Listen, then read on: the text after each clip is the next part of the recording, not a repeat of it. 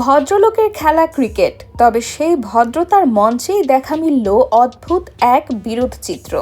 সম্প্রতি ভারত পাকিস্তান ম্যাচে হ্যান্ডশেক বিতর্কে আলোচনার কেন্দ্রবিন্দুতে ম্যাচ রেফারি অ্যান্ডি পাইক্রফট। ক্রমেই ঘটনাটি টক অব দ্য কান্ট্রিতে রূপ নিয়েছে। পিসিবি ভারতের এই আচরণকে নিছক খেলার পর বিতর্ক বলেই দেখেনি, বরং পূর্ব পরিকল্পিত অপমান হিসেবেই বিবেচনা করছে। গেল রোববার পরাজয়ের পর সৌজন্যমূলক হ্যান্ডশেকের জন্য মাঠেই ছিলেন পাকিস্তানের ক্রিকেটাররা, কিন্তু ভারতের খেলোয়াড় স্টাফরা মাঠে না নেমে উল্টো ড্রেসিং রুমের দরজাও বন্ধ করে দেন। তবে ঘটনার সূত্রপাত এখানে নয়।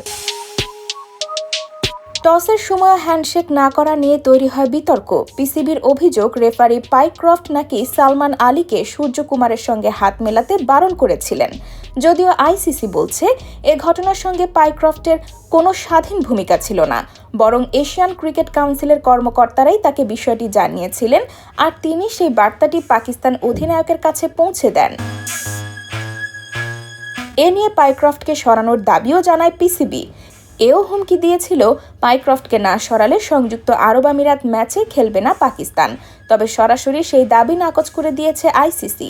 যদিও অফিসিয়ালি কোনো বিবৃতি দেয়নি সংস্থাটি, কিন্তু ক্রিকবাজের প্রতিবেদন বলছে পিসিবিকে ইতোমধ্যেই চিঠি দিয়ে সিদ্ধান্ত জানিয়েছে আইসিসি।